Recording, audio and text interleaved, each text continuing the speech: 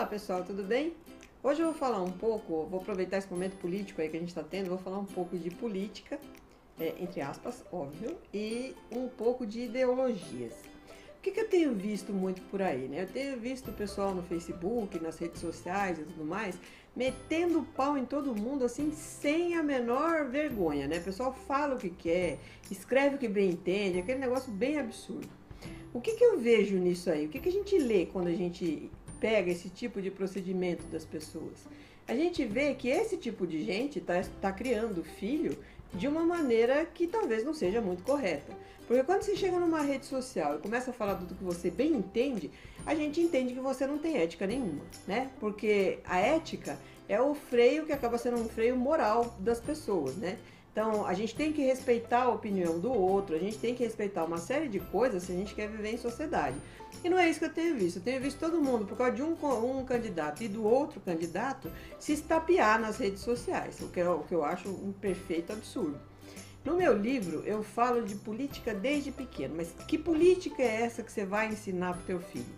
Você vai ensinar que o teu filho precisa aprender a olhar quem representa ele na nação. Ou seja, quando ele vai votar, ele precisa saber em quem ele está votando. Então, ele precisa realmente, como a gente aprendia antes, né, a educação moral e cívica, que hoje virou assim o monstro do mundo. Parece que a educação moral e cívica matava as pessoas. Não matava. Eu passei por essa fase, estou viva, gorda, forte e não morri. O que você tem que ensinar? Você tem que ensinar o seu filho a refinar o que escuta. Hoje nós estamos tendo dentro das escolas... Eita, enrolou tudo. Hoje nós estamos dentro das escolas, enrolou tudo aí, mas começamos de novo. Hoje dentro das escolas nós estamos tendo um problema de doutrinação política, sabe? Não existe professor entrar em sala de aula com ideologia política.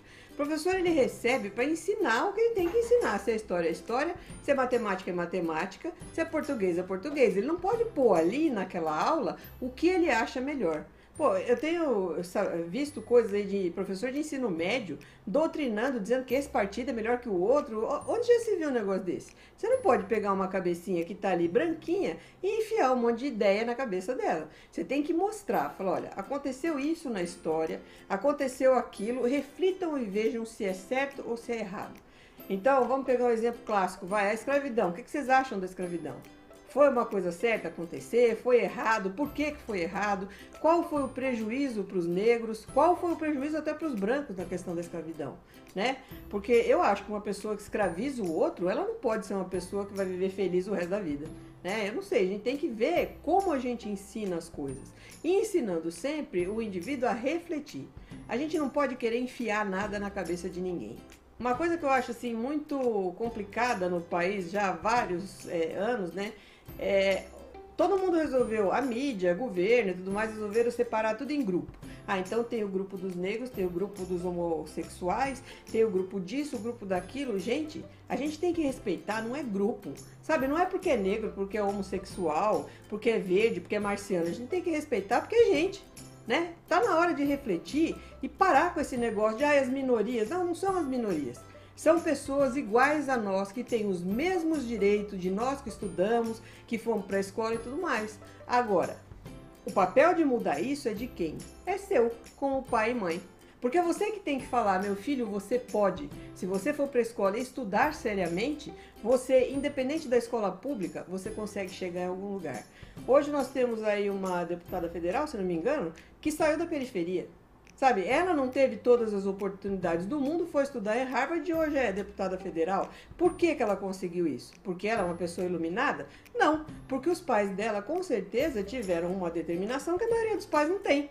E a gente precisa disso se a gente quer mudar o país. Sabe, a gente vive países diferentes na mesma cidade. Então a gente pega perfil diferente num bairro e o perfil diferente no outro bairro. Por que isso? Por causa de como a pessoa está vivendo naquele lugar. Então, se ela viver naquele lugar, assistir meu vídeo e tiver acesso a que ela pode mudar o mundo a partir daquilo que ela tem, ela vai parar para pensar. Agora, se você fizer um vídeo para essa pessoa e falar, olha, você não pode nada, você precisa de uma cota, você precisa disso, você precisa daquilo para você poder ter seu lugar na sociedade, então me desculpe, mas você não tem uma sociedade justa, você não tem democracia. Então, isso a gente tem que pensar muito bem. Qual é o valor que a gente quer passar para os nossos filhos? Sabe, ética, moral, esse tipo de coisa se passa dentro de casa, não é na escola. A escola não pode passar valor político. A escola pode simplesmente ensinar, mas nada. Uma coisa que é importante a gente falar é que doutrinação política na escola fere a Constituição. O ser humano, ele não é diferente. Não é porque ele mora num bairro chique ou num bairro pobre que vai ter diferença. Sabe, a capacidade que ele tem para estudar e para evoluir é a mesma em qualquer um dos bairros. O que falta é a oportunidade. E como a gente cria essa oportunidade? Pedindo cota? É óbvio que não. A gente cria insistindo que a gente precisa de uma educação de qualidade, sem viés político, professores dedicados realmente àquilo que estão fazendo e alunos dedicados a aprender. Porque a gente também tem esse problema. A gente tem aluno hoje que vai para a escola e não está afim de nada. Às vezes o professor está lá super dedicado, ele está dando tudo dele. Aliás, na escola pública, inclusive, ele dá mais do que aquilo que ele tem.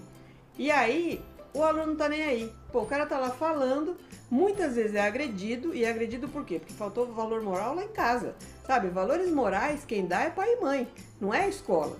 Então a gente tem que mudar o país? Tem sim, mas essa mudança começa dentro de casa. Se você não mudar o que é pequenininho na tua casa, não é o país inteiro que vai mudar.